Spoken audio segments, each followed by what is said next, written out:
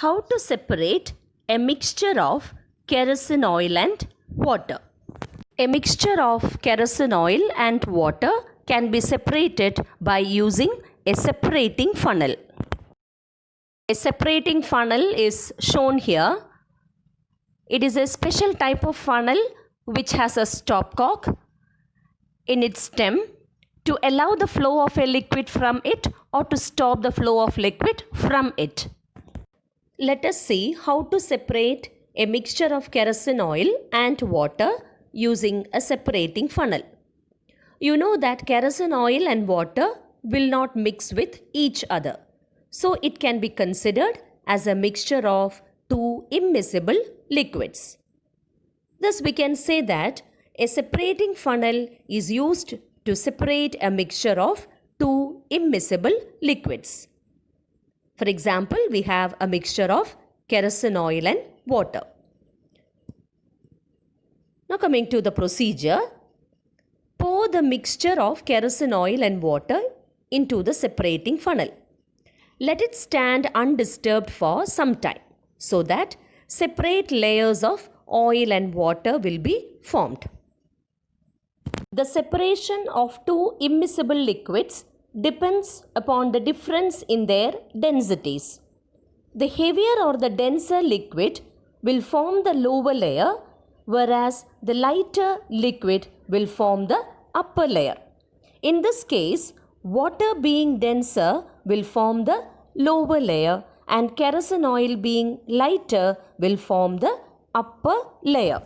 On opening the stopcock, the lower layer, in this case it is water, will come out first and can be collected in a beaker. Now close the stopcock of the separating funnel as the oil reaches the stopcock. Thus oil will be left behind in the separating funnel and water can be collected in a beaker. Next we shall see how to separate a mixture of salt, that is common salt, and ammonium chloride. Consider the mixture of ammonium chloride and salt. What can you say about the physical state of the two components present in this mixture? Both are solids. What peculiarity do you find with ammonium chloride? Yes, ammonium chloride is a solid which can undergo sublimation, whereas sodium chloride cannot undergo sublimation. Thus, if we have a mixture of two solids and if one of the components can undergo sublimation, then the method of separation used is sublimation. Sublimation is therefore the method used to separate a mixture of salt and ammonium chloride. You can see the experimental setup to carry out sublimation so as to separate a mixture of salt and ammonium chloride. Take a tripod stand and place a wire gauze on it. Place a china dish on the wire gauze. The mixture of ammonium chloride and salt must be taken in the china dish. It must be covered with a glass funnel. And how should the glass funnel be placed? In an inverted position. Now see the upper end of the funnel, is it open or closed? The upper end of the funnel must be closed with cotton plug. Why should it be closed? Because when heated, ammonium chloride will undergo sublimation and it will change directly into the gaseous state.